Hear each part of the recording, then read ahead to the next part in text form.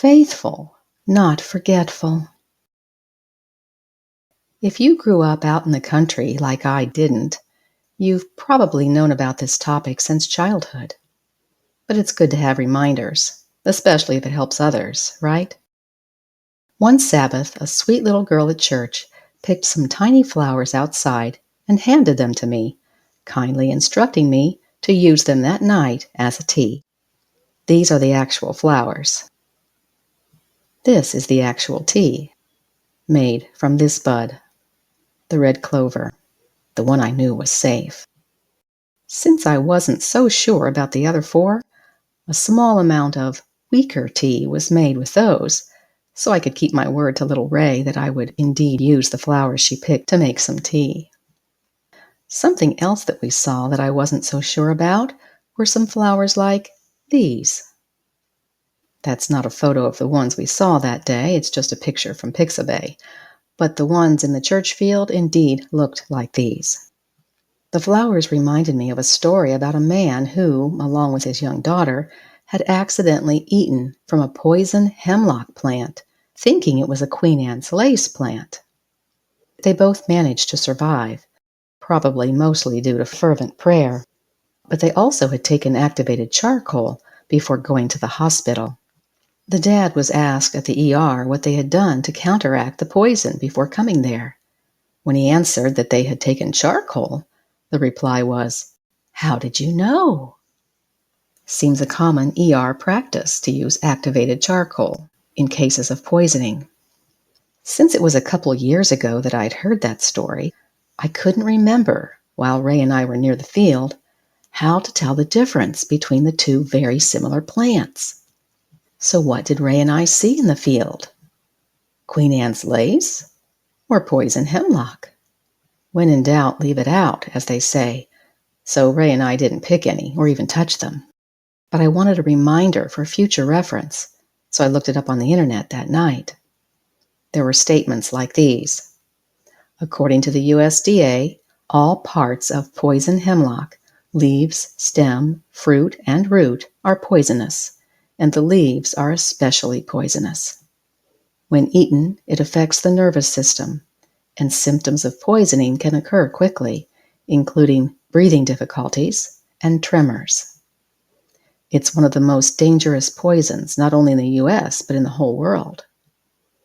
Since the juice from the plants can get into the system through the skin, there have been cases of people getting severely ill simply by touching them to pull them out. And actually ingesting them, even in small amounts, can be deadly and quickly. In as little as 15 minutes to an hour, it can shut down the cardiovascular system and the respiratory system. Apparently, Socrates died soon after he was forced to drink hemlock. Being faithful or forgetful when it comes to identifying plants could be a matter of life and death. Poison hemlock is usually fatal when ingested in small amounts, while Queen Anne's lace is sometimes toxic when ingested in large amounts. When we see them side by side, the difference is obvious. In the hemlock picture, there's more space around each cluster. However, apparently some hemlock grows close together, and some Queen Anne's lace has more space. So just looking at the clusters isn't enough. Here is one feature that is clearly distinctive: the stem. The hemlock has a thick, smooth stem with purple splotches due to the poison. Queen Anne's lace, though, has a thin stem that's fuzzy and without purple dots. Another factor that's different is the tiny red flower in the middle. Here it is closer up. If that tiny red flower is present, then it's likely Queen Anne's lace. Not all Queen Anne's lace have them, but hemlock never will. Lastly, they both have spokes like an umbrella, but Queen Anne's lace has a dark green set of bracts that hemlock does not. What are some of the spiritual applications to these differences? Looks can be deceiving. The poisonous one is just as angelic looking as the other, sort of like a wolf in sheep's clothing. Again, when in doubt, leave it out. For there are many poisonous doctrines, counterfeits to the truth, that only seem good, but can actually be quite deadly. Though we know the scriptures in our hearts and heads, we might forget how to explain things well when speaking with other people out in the field, the mission field.